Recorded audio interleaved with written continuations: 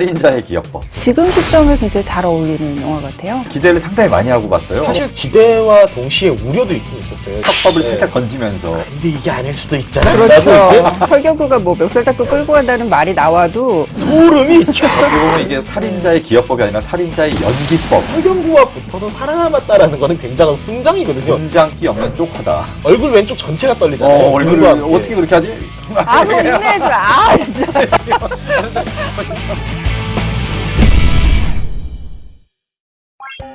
안녕하세요. 오늘 잉여사롱 주제는 살인자의 기억법. 영화 살인자의 기억법입니다. 저희가 네. 오늘 의상을 짜고 온 게 아닌데 그 굉장히 지금 양옆으로 시커멓고 이제 가운데 네. 이렇게 초록색이잖아요. 네. 영화 보신 분들 아시겠지만 이제 그 영화 속에 대숲이 굉장히 자주 나오는데 그렇죠. 좀 잘못하면 묻어버리겠다는 네. 심상으로 대나무 숲을 연상시키는. 대숲을 보면요. 네, 그 피해자의 시신이 이제 대숲에 묻히잖아요. 네. 그래서 그 시신이 결국 자라난 게 죽순이고 그게 대나무다라는 이제 표현이 나오는데 소설에 원작 소설에. 공동묘지. 네. 거의 뭐. 네. 김세인 평론가님이 나 대숲색이네라고 얘기하시는데 예, 지금 이 색 소름이 쫙 이러면서 오늘 네. 이렇게 소름 돋게 이렇게 토크를 해볼 수 있을 것 같아요. 기억들이 사라진다. 저놈을 돌려들여 죽인지도 모르고 내 머리가 죽어가. 지금 누구예요?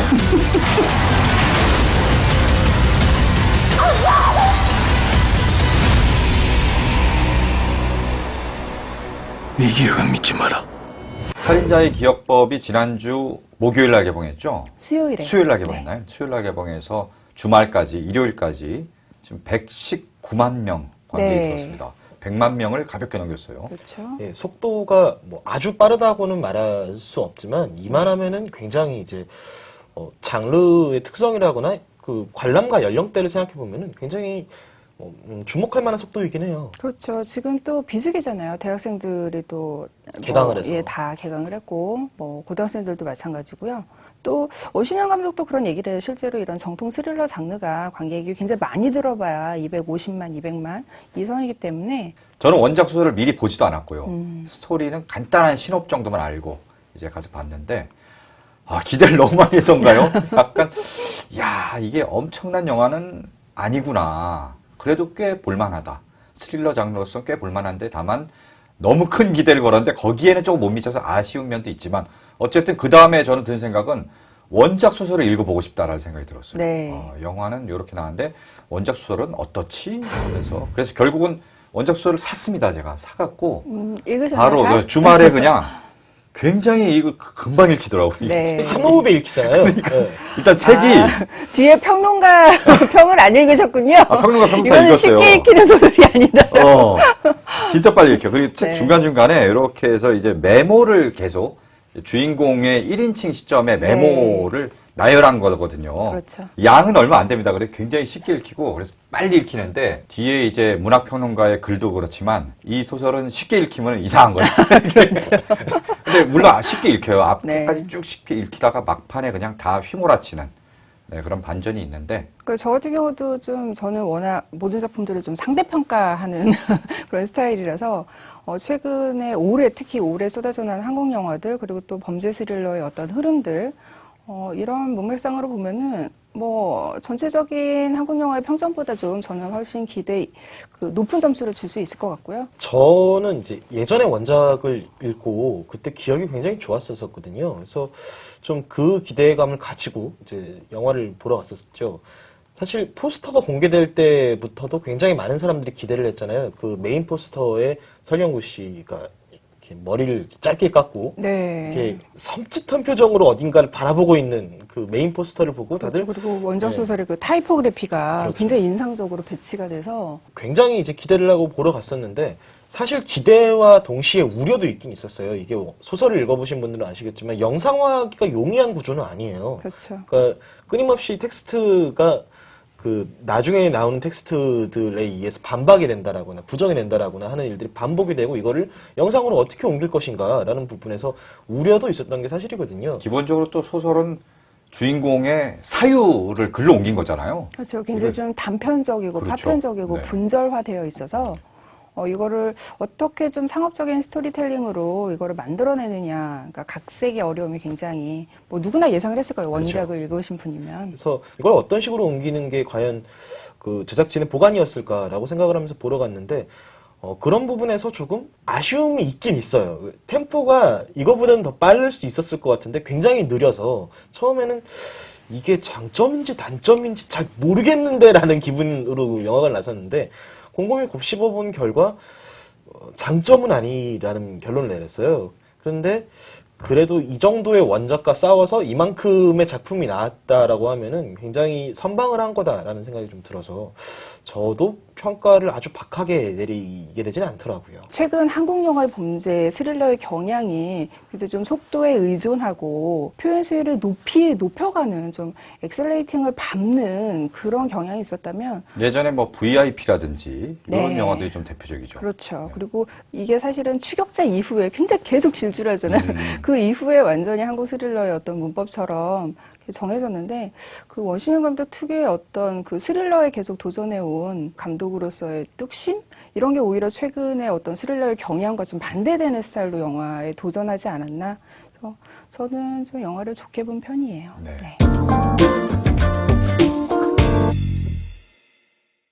영화를 보면요. 일단 스토리 자체는 내 머리는 기억을 잃어가고 있지만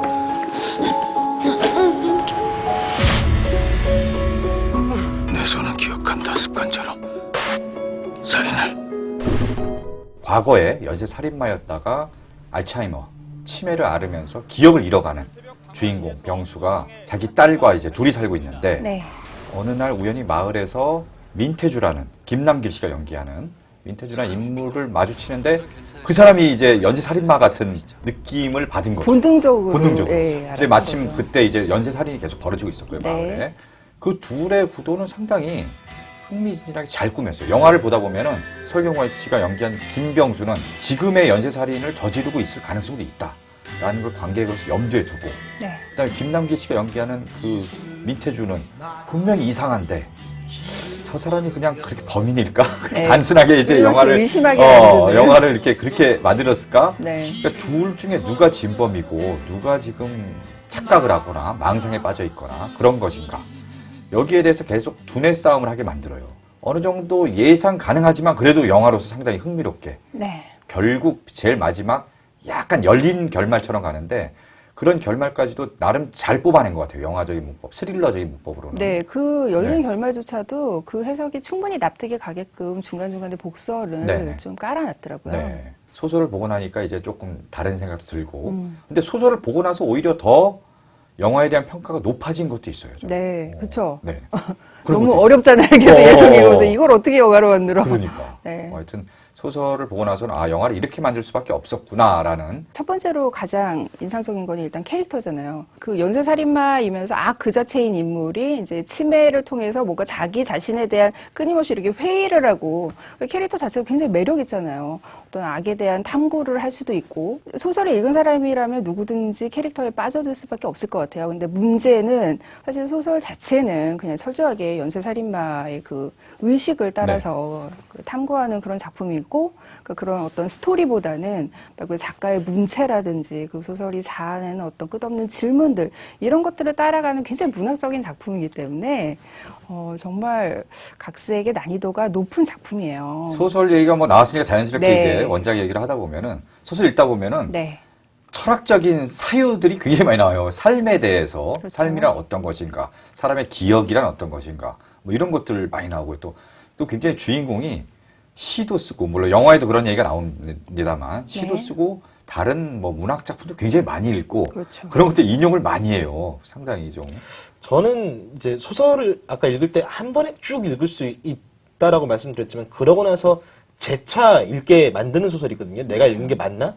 심리적으로 깊이 있는 묘사나 드라마성이 굉장히 강한 영화들을 찾고 있었는데 반전의 연속 그리고 서스펜스하고 결합된 유머 이런 부분들이 영화하지 않으면 오히려 더 이상한 그걸 읽고 나서 바로 이거는 영화로 만들어야겠다라고 결심을 하고 그 다음부터 이제 그 작업에 들어갔는데 이 기본 설정만 놓고 그냥 얘기를 사실은 다시 쓴 거라고 봐야죠. 그렇죠. 몇몇 다른 사실 소설은 김병수란 인물 말고는 다른 인물은 거의 굉장히 비중이 작잖아요. 원래 소설에서는 박주태로 나오는 네. 딸에게 접근한 딸의 남자친구를 민태주라는 인물로 이름을 바꾸면서 굉장히 비중을 키워갖고 둘이 대결하는 구도로 바꿨잖아요. 그렇죠. 그러니까 사실 이 영화에서 그러니까 스토리 자체는 그러니까 이게 각색을 하면서 정말 상업영화의 문법을 따라가면서 특히나 이제 민태주의 서사가 붙으면서 기존의 한국 이런 범죄 스릴러에서 봤던 그런 어떤 연쇄살인마들의 개인사적 사연이랑 너무 비슷해져 버린 그런 문제점은 있어요. 또 굉장히 저는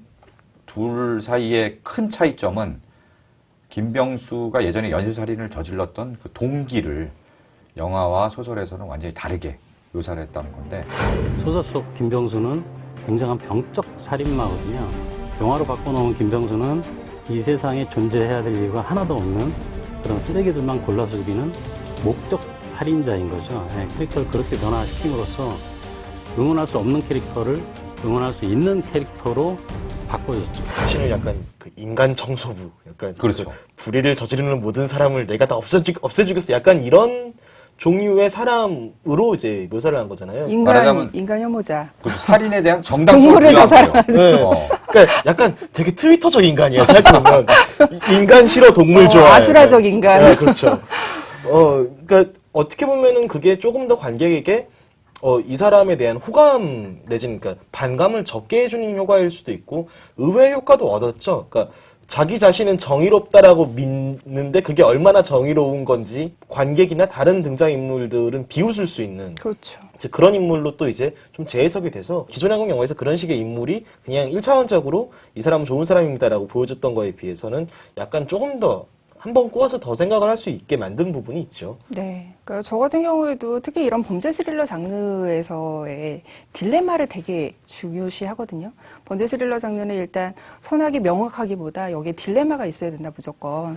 응징을 쉽게 생각해서는 아니고. 근데 이 작품은 더더욱 그렇잖아요. 연쇄살인마인데, 이 사람이 또, 그러니까 뭔가 이렇게 소중한 사람을 지키려고 하는 동기가 있고, 이 사람은 기억을 잃어가는, 그리고 노인이기 때문에, 자연스럽게 갖는 어떤 인간적인 연민 같은 거. 이렇기 때문에 끝까지 이 병수를 두고 관객들이 섣불리 판단하지 못하게끔 끊임없이 이렇게 딜레마를 갖게 하는데, 저는 그런 인물 묘사가 특히나 이런 범죄 스릴러 장르에서는 필요하다고 봐요. 네. 그래서 사실은 이게 부정애를 지나치게 강조한 게 아니냐, 뭐 이런 비판도 충분히 수긍은 가지만 또 그런 부분은 나름대로 이제 열린 결말을 통해서 또다시 이렇게 한번 뒤집어 놨기 때문에 그런 부분에서는 이제 병수의 캐릭터가 조금 더 이렇게 딜레마를 주는 인물이라는 거에서는 저는 좀 호평을 하고 있어요. 네. 말씀하신 것처럼 이제 원작과 비슷해지는 지점도 있고 영화가 원작과 다르게 가기 위해서 아버지의 부성 나는 내 사랑하는 사람들을 지키기 위해 오로지 나를 희생하고 약간 그 한국 영화에서 우리가 자주 봤던 인물상이잖아요. 어떻게 네, 보면 그렇죠. 이게 작품이 갑자기 이렇게 가족주의 설경구에 눈물 나는 희생 약간 이런 방향으로 그냥 흘러가서 이렇게 봉합이 되나라고 생각했던 뒷맛을 약간 근데 이게 아닐 수도 있잖아. 그렇죠. 라고 이렇게 깨버리는 점을 찍어주는. 거죠. 그러니까 네. 그래서 원작이 건조하고 굉장히 이제 그 담백했던 어떤 성격들을 좋아했던 관객들에게는 요런 방점이 어떻게 보면은 팬서비스 혹은 약간의 아쉬움을 달래줄 수 있는 장치인 거죠. 그러고 보니까 이제 원신현 감독이 영화를 만들고 또 편집하고 하면서 네. 인터뷰를 보니까 26가지의 엔딩을 만들었다. 그 중에서 네. 이제 고심하고 고르고 골라서 지금의 엔딩을 골랐다는 건데 네. 어떻게 보면 상당히 영리한 선택일 수도 있어요. 왜냐하면은 소설을 원작을 보지 않고 그냥 스릴러 영화를 평범하게 즐길 수 있는 그런 사람들의 대중의 눈높이 철저하게 맞춘 어떤 엔딩을 마련하고 또 한편으로는 원작과 궤를 같이 하면서 조금 더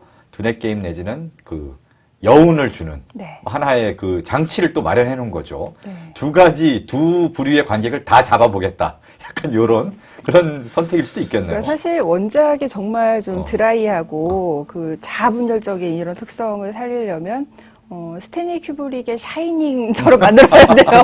왜냐면 이거는 그 작가 김영하 자신의 어떤 스트레스거든요. 사실은 살인자의 기억법 같은 경우는 굉장히 좀 메타 문학적인 작품으로 읽힐 수가 있는 게 작가가 언어를 잃어간다. 그리고 글을 더 이상 쓸 수 없다. 그리고 내 언어를 신뢰할 수 없다라는 그러한 질문을 끊임없이 던지는 굉장히 외태적인 요소가 그 안에 있거든요. 그러니까 본인이 이제 소설 창작에 있어서 하는 고민을 그렇죠. 김병수에게 이제 이입시켜갖고 네, 이렇게 투영해서 그렇습니다. 쓴 거란 말이죠. 네. 나중에 이제 뒤에 보면 작가의 말도 나오는데 거기에서 본인이 이 소설을 쓰기를 정말 힘들어했다고. 네. 정말 하루에 한두 문장 쓰고 못 쓴 적도 있었다고 했는데 다 그런 게 좀 연관이 있을 수 있겠네요. 특히 원신영 감독도 그 원작과 소설과 가장 가까우면서 먼 작품이다라고 얘기를 한 게 저는 되게 정답이라는 생각이 들고, 원작 특유의 그런 좀 어떤 김영하 작가 특유의 냉소적인 문체, 그리고 이 소설을 이제 작가 자신도 정의하기로 굉장히 생에 대한 악마적인 농담이라고 하는데, 그런 아이러니를 좀 즐기시는 분들은 원작을 꼭 읽어보셨으면 좋겠고요. 이 김영하 작가랑 원신현 감독은 둘이 영화를 만들기 전에 한 번도 만난 적이 없대요. 원신현 감독이 이제 김영하 작가한테 만남을 청했는데 네. 한번 얘기도 해보고 싶고 네. 뭐 각색을 하기 위해서 작가는 어떤 의도를 가지고 있었나 얘기도 해보고 싶어서 만남 청했는데 김영하 작가가 고사를 했다고 합니다. 네. 이 영화가 이 소설을 그대로 재현했다면 별로 만족하지 못했을 것 같아요. 제가 생각하지 않은 부분들을 담아내기를 바라는 것이고, 소설이라는 어떤 그런 원료를 가지고 이것과 완전히 좀 다른 걸 만들어주길 바라는 것을 기대하죠. 소설은 소설만의 작법이 있고 영화는 영화만의 작법이 있다. 근데 나랑 만나고 얘기를 한 게 영화 작법에 영향을 미치는 것보다는 온전히 원신현 감독이 본인의 작법으로 만들어서 영화 잘 나오면 그 공은 온전히 그 원신현 감독에게 돌아가야 된다는 생각에서 네. 만남을 고사했다고 합니다. 네. 그 둘이 인터뷰를 서로 잘 듣고. 그런 것 같아요. 거리를 네. 적당히 유지하면서. 그렇죠. 그러니까 김영하 작가가 이제 이전에 자신의 원작을 영화화한 그런 경험이 있었기 때문에 이제 거기에서 얻었던 지혜 같고요. 교훈이군요. 네. 서로 얘기하다 보니까 너무 소설에 영향을 많이 받아서 영화로서의 그렇죠. 매력을 좀 잃어버린 그런 네. 결말이 있었군요. 그러니까 작품들이 잘된 작품들이 많지 않아요. 내 머릿속의 지우개 같은 경우는 소설 원작이 아니라 그냥 그 내용을 아예 영화로 만들 것을 처음에 김영하 작가가 본인이 이제 그냥 예, 각본을 쓴 거죠. 각본을 쓴 거고, 네. 그리고 주원글씨라거나 뭐 나는 나는 나를 파괴할 권리가 권리가 있다. 예. 늘 나왔던 평가들이 원작에 못 미친다 내지는 이럴 거면 왜 만들었냐라는 평가에 가깝긴 했거든요. 자기가 개입을 하면 할수록 이게 영화로서 스탠드얼론 한 작품으로 설 수가 없다라는 생각을 이렇게 하셨을 것 같아요. 원작의 팬 입장에서 되게 영화는 원작과 이런 부분이 달라서 좀 아쉬워라고 생각하는 거는 있지만, 그럼에도 불구하고 저희가 오늘 이 영화를 다루는 이유는 영화가 이 영화 나름의 원작과는 또 동떨어진 개성을 획득하는데 성공했다라는 장점이 충분히 네. 있는. 네. 어떻게 그렇죠. 보면 영화도 이제 위인을 했고 네. 그 이후에 소설도 이제 못 봤던 사람들도 영화 이후에 그렇죠. 찾아서 보고 상당히 계속 요새 베스트셀러 예, 순위에 늘 있잖아요. 윈윈한. 서 기자님 사셨으니까. 그러니까. 네. 네. 그래서 저는 이제 만약 영화와 소설을 둘 다 안 보신 분이라면은 먼저 영화를 먼저 보시고 그 다음에 소설을 보시는 그런 코스를 추천합니다. 네. 그리고 이런 시도가 계속 있어야 돼요. 이미 미국이나 그 일본 같은 경우에는 물론 장르 뭐 소설이 우리나라랑 비교 못할 정도로 굉장히 뭐 두텁긴 하지만 소설 원작 영화화가 많이 이루어지고 있는데 국내에서는 그렇게 크게 성공한 예들이 많지가 않아서 이런 사례들이 계속해서 쌓여야 더 높은 작품들이 나오고 또 끊임없이 그런 식으로 이제 소설과 영화가 이렇게 서로 대중들과 계속 소통을 하는 그런 방법을 만들어주는 거잖아요. 굉장히 잘 나온 원작과 이렇게 계속 이렇게 비교되면서 한쪽을 깎아내리기보다는 서로 이렇게 좀 윈윈해서 네. 또 다른 뭐 문화가 좀 더 활발해지는데 다양한 텍스트들이 나오는데 좀 자극을 주는 그런 쪽으로 갔으면 하는 바람이고요. 네. 사실 저는 그 인터뷰를 들으면서 그래도 작가님하고 좀 얘기 좀 해보지 이런 생각이 살짝 들었어요. 네. 네. 어쨌든 영화 자체로도 뭐 꽤 괜찮은 성취를 이뤄냈다고 이제 보는데 네. 거기 있어서는 또 배우들의 어떤 연기도 그렇죠. 굉장히 큰 역할을 했잖아요. 네. 그죠. 그러니까 이 작품은 설경구라는 괴물 배우와 그의 아우라에 눌리지 않고 자기 몫을 쟁취해내려는 다른 배우들의 싸움으로도 볼 수 있어요. 어떻게 보면. 살인자의 기억법이 아니라 살인자의 연기법 뭐 이렇게 바꿔도 네. 어색하지 않을 정도로. 첫 장면부터 그러니까 사실은 그 포스터부터 설경구의 얼굴을 그렇게 클로즈업해서 내놓는 그 이유를 알겠더라고요. 그러니까 이 근래에 배우의 클로즈업한 얼굴이 저렇게 영화 자체를 좀 압도하는 스펙터클이 될 수 있다라는 거를 가장 강렬하게 체험한 작품인 것 같아요. 일단 설경구 씨가 이 영화를 위해서 엄청난 감량, 네. 10kg가 넘는 감량 플러스 뭐 탄수화물 안 먹고 해갖고 얼굴 자체를 늙게 만들어버리는. 네, 실제로 늦게 만든. 이게 가능한가 지금 진짜로. 뭐 알파고의 시대. 아니, 그러니까 제작진이 특수분장을 해주겠다라는 이야기를 했는데, 네. 그 설경구 씨가 그랬대요. 모든 분장의 완성은 결국 배우가 하는 거다. 엄청난 열인 거죠. 작품을 위해서 살을 빼는 경우는 있는데 늙는 경우는 별로 없잖아요. 그렇죠. 그러니까 또 신기한 건 그러고 나서 무대 인사하러 다닐 때 보면 다시 젊어졌어. 근데 살 뺀 게 뭐 엄청난 비결이 있는 줄 알았더니 그냥 정말 탄수화물을 안 먹고 물도 잘 안 먹고 줄넘기를 하루에 10,000번씩 2시간 동안 그걸 촬영이 있을 때 촬영 전에 항상 했다는 거예요. 네. 그래서 정말 초췌한 모습으로 촬영에 임한 거지 정말. 어떤 배우가 우리가 뭐 연기 변신을 했다 그러면은 뭐 기본적으로 항상 어떤 체중 살 빼고 이런 거죠. 김명민 씨도 그 이후에 예. 뭐 내 사랑 내 곁에 그렇죠. 연기하면서 네. 루게릭병 환자인가요? 그걸 연기해서 살을 또 굉장히 많이 빼고. 그런 게 이제 또 영화를 홍보할 때 굉장히 많이 그 포커스를 맞춰 홍보가 되기 때문에 거기에 어떤 피로도를 그러니까 피로도가 좀 많이 쌓여 있었어요. 저 같은 경우에도. 또 뭐 살 몇 킬로 빼서 그렇죠. 뭐 연기 변신 시도했다 네, 이런 것들. 뭐 연기가 서커스냐, 뭐 약간 이런 생각도 들었는데, 저는 이 영화를 보면서 좀 반성을 했어요. 이게 그 배우들이 이제 말 그대로 온몸을 보여줘야 되는 존재인 거잖아요. 어떻게 보면 이 살인자의 기억법에서 설경구의 연기가 배우가 어떤 몸을 쓰고 얼굴을 쓴다라는 거에 대해서 다시 한번 생각해보게 만드는 얼마나 힘든 직업이 그 액팅이란 거의 자체에 대해서 좀 근본적으로 생각을 하게 만드는 그런 연기가 어떤 배우의 뭐 혼신의 투혼 이런 거를 뛰어넘는 그런 시도였다라는 생각이 들고 안 보신 분들은 이렇게 의외라고 생각하실지 모르겠지만 블랙 코미디 같은 순간이 굉장히 많아요. 웃기는 장면 많아요. 굉장히 많고 그러니까 이게 되게 뒤틀어서 웃긴 장면 혹은 되게 이건 웃음을 자르는 되게 너무 뻔한 수법인데 하면서 웃기는 장면들 그러니까 어떻게 보면 장르를 코미디라고 해도 될 정도로 이제 그 웃음이 터지는 순간들이 굉장히 많은데 그럼에도 불구하고 영화가 어떠한 종류의 귀기를 계속 유지할 수 있는 거는 그거를 지탱하고 있는 그 웃기는 상황 한가운데에서 무표정으로 있는 이 남자 이 김병수의 육신을 연기하는 설경구의 몫인 거죠. 그러니까 네. 되게 저 사람이 웃고 있는 장면이랄지 이렇게 인상을 쓰고 있는 장면이랄지 이럴 때 관객들이 저 감정이 진짜가 맞는 걸까를 계속 의심하게 만들거든요. 그러니까 웃으면서도 내가 지금 웃는 게 맞는 건가를 의심하게 만드는 그거는 일단 인상에서부터 겁에 질리도록 그렇게 체중을 감량하고 얼굴을 수척하게 만든 상태로 화면에 등장하는 그러니까 존재만으로도 소름 끼친다라는 느낌을 들도록 자기 몸을 그렇게 만들어 놓은 설경구 씨가 아니었다라면 사실 좀 어려운 시도였겠죠. 특히 여기에서 이제 설경구 씨가 뭐 그런 살을 빼서 분장을 하지 않고 최소한의 분장만 제 연기를 한 것도 그렇지만 그 뭐 교통사고 액션 같은 것도 굉장히 아날로그적으로 촬영을 했다고 해요. 그러니까 그 네. 중요한 계기가 된 기억을 잃게 되는 계기가 된 교통사고 장면. 차가 이렇게 붕 떠갖고 굴르잖아요. 네, 이렇게 360도로 저기서 하는데 네. 이게 뭔가 되게 기묘하게 화면을 잡았는데 당연히 뭐 CG를 썼겠거니 했는데 CG를 쓰지 않고 실제로 360도 돌게 만들고 그걸 원시 원컷으로 네. 촬영을 한 장면이라고 해요. 이게. 그러게요. 네. 그러니까 배우가 그 장면에서 되게 고생을 많이 했다고. 그랬겠죠. 네.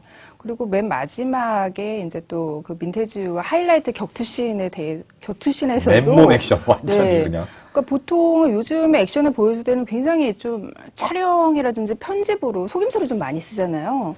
근데 여기서는 굉장히 그걸 계속해서 보여주잖아요. 그러니까 정면으로 보여주잖아요. 좀 그게 굉장히 지나치게 길다라고 느껴질 정도로 그거를 정말 끈질기게 보여주거든요.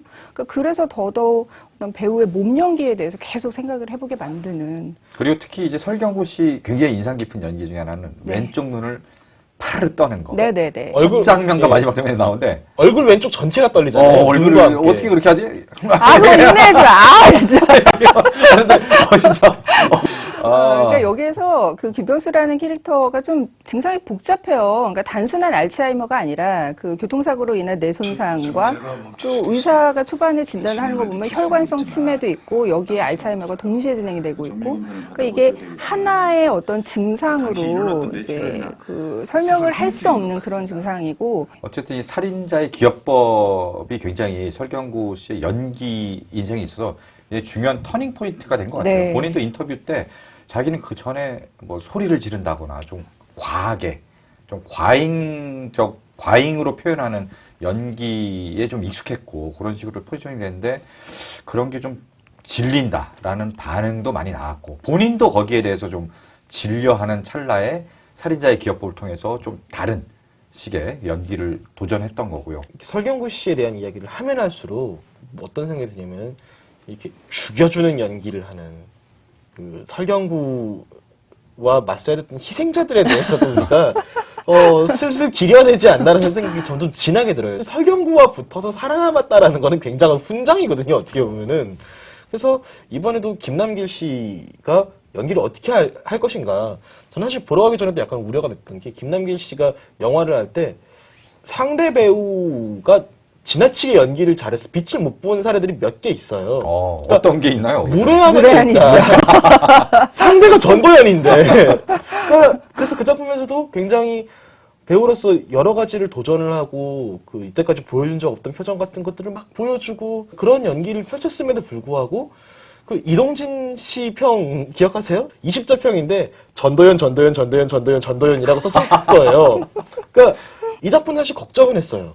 살아남을 수 있을까? 네. 그래서 저는 보고 나서 그래 역시 설경구를 이기는 건 어렵고 이만큼 싸운 것도 그래 고생했다라는 생각이 좀 들었어요. 일단 핸디캡을 인정을 하고 들어갈 수밖에 없잖아요. 일단은 어쨌든 설경구 씨 원톤물이고 뭐 민태주의 역할을 키웠다고는 하지만 이게 한편으로는 이게 망상 속의 인물일 수도 있다라는 의심을 배우가 끊임없이 연기로 또 표현을 해야 되기 때문에 선명한 연기를 보여주기가 굉장히 어려운 역할이었고. 그러게요. 근데 또 민태주라는 캐릭터에 붙은 사연으로만 보면 그렇게 전형적인 어떤 정말 좀 구리다고 악평을 해서 이 영화에서 좀 가장 마음에 안 드는 그 지점이 이제 마지막 민태주의 결말 사연인데. 부분에. 예. 네.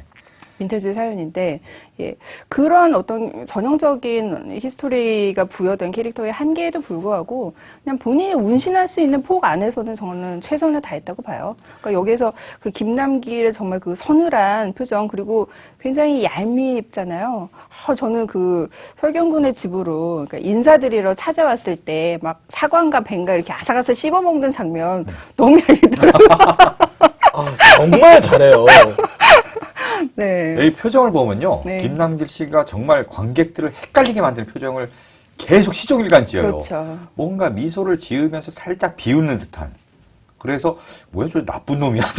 착한 놈이야?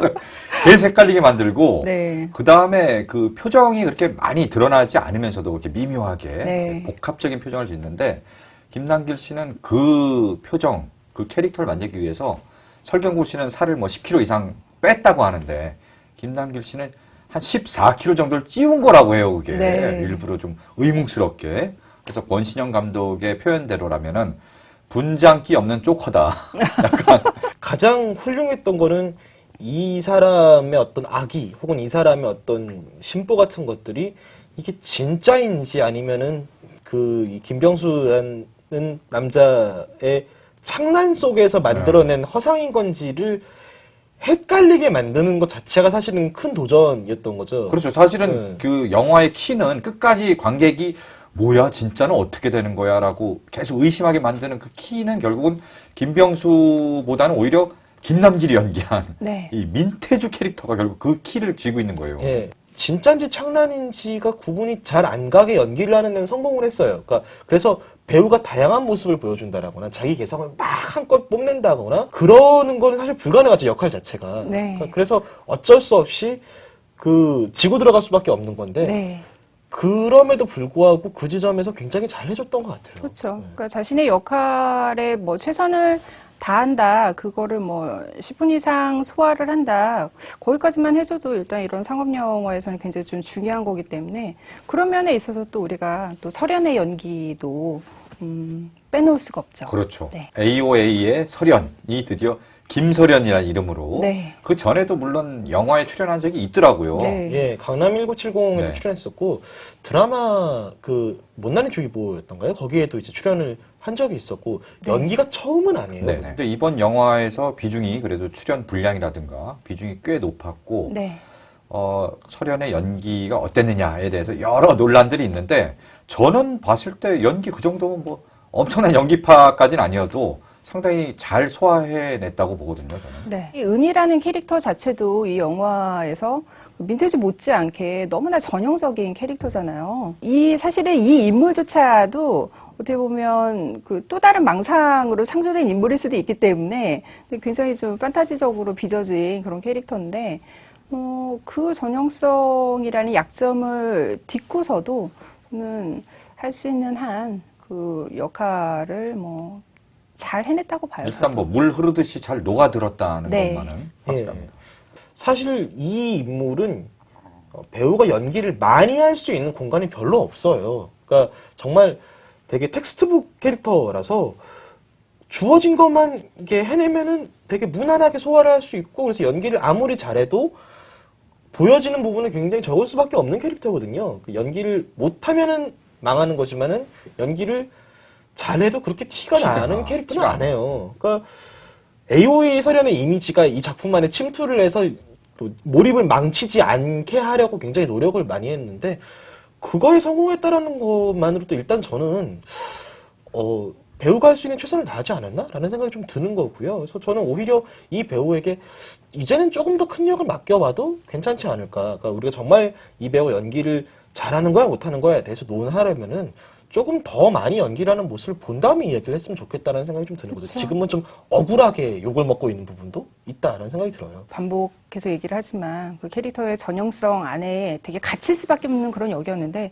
특히 후반부 클라이막스 같은 데서는 그런 전형성을 좀 뚫고 나오는 그런 얼굴 표정들이 좀 나오더라고요. 이게 피범벅이 됐을 때 되게 마스크가 좋구나. 왜냐하면 우리가 TV 브라운관 어떤 쇼의 화면에서는 아이돌의 설현의 얼굴, 그러니까 좀 고정적인 프레임 안에서 우리가 보잖아요. 뭐 섹시한 이미지만 자꾸 강조되고 그렇죠. 몸매 막 이렇게 강조되고 네. 있잖아요. 아니면 늘 특히나 이렇게 웃거나. CF에서의 CF에서 표정 굉장히 고정된 그런 프레임이 딱 있는데 그런 이미지를 깨는 표정들이 나와서 좀 앞으로 차후의 행보를 가능성. 지켜봐야겠구나. 네. 예. 이제는 저 감독 얘기를 좀 해보죠. 그렇죠. 원신영 감독이 굉장히 이력 자체가 좀 특이합니다. 네. 원래는 이제 스턴트맨 출신이고 그다음에 무술 감독도 하고 하다가 네. 스턴트맨 무술 감독하면서 돈을 좀 벌어갖고 자기 또 막 이제 뭐 모아갖고 연출에 대한 꿈을 항상 키워왔어요. 그래서 단편 찍어서 이제 발표하고 단편이 굉장히 평가가 네. 좋았죠. 네, 네, 빵과 그래도 우유. 빵과 우유 뭐 이렇게 하고 그렇게 해서 쭉쭉쭉 쌓아가다가 장편 상업 영화로 데뷔를 하고 네. 그래서 그 안에서 장편 상업 영화를 뭘 찍어왔는지를 보면은 나름의 어떤 일관된 흐름이 있어요. 그렇죠. 스릴러 계열의 주로 네. 영화들을 나름 괜찮은 영화들을 쭉쭉쭉 쌓아왔다. 필모그래피를 보면은. 네.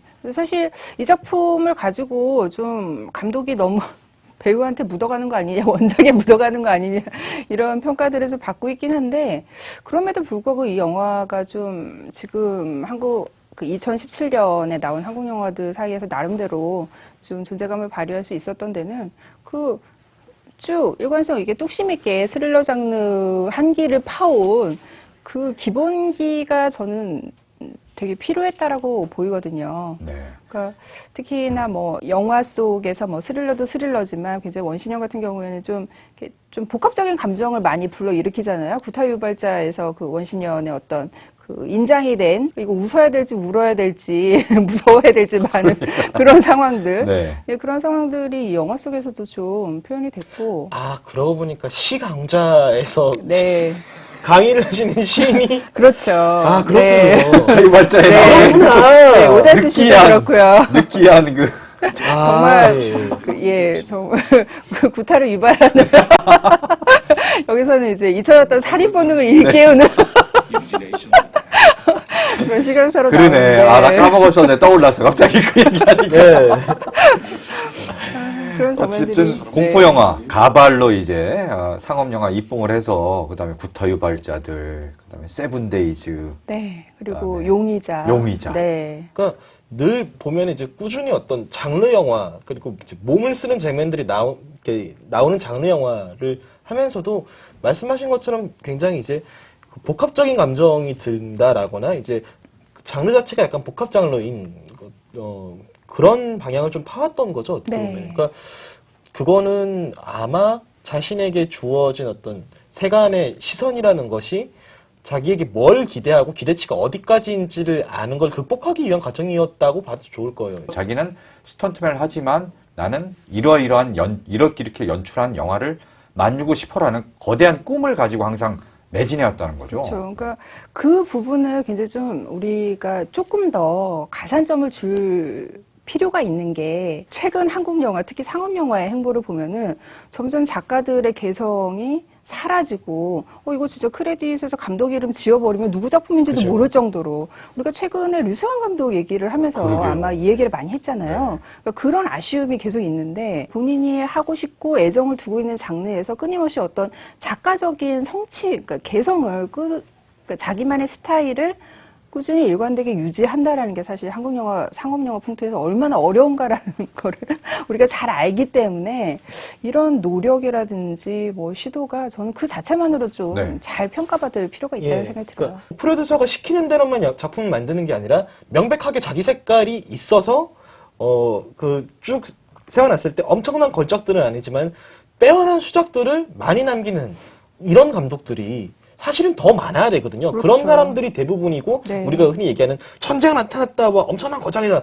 이 사람들이 사실 적은 게 사실은 정상인 거죠. 구조 자체는. 그렇죠. 근데 지금 한국은 약간 계속 프로듀서들이 이렇게 이런 영화를 만들 줄 알고 기획 영화로 계속 신인들을 이렇게 입봉시켰다. 안 되면 그냥 뭐 두 번째 작품 만들 기회가 없이 그냥 뭐 좀 묻어버리고 그래서 한 작품만 찍고 그 다음 작품이 없는 감독들도 굉장히 많잖아요. 앞으로 뭐 원신영 감독 자기만의 길, 자기만의 스타일로 쭉 한 길을 파와서 네.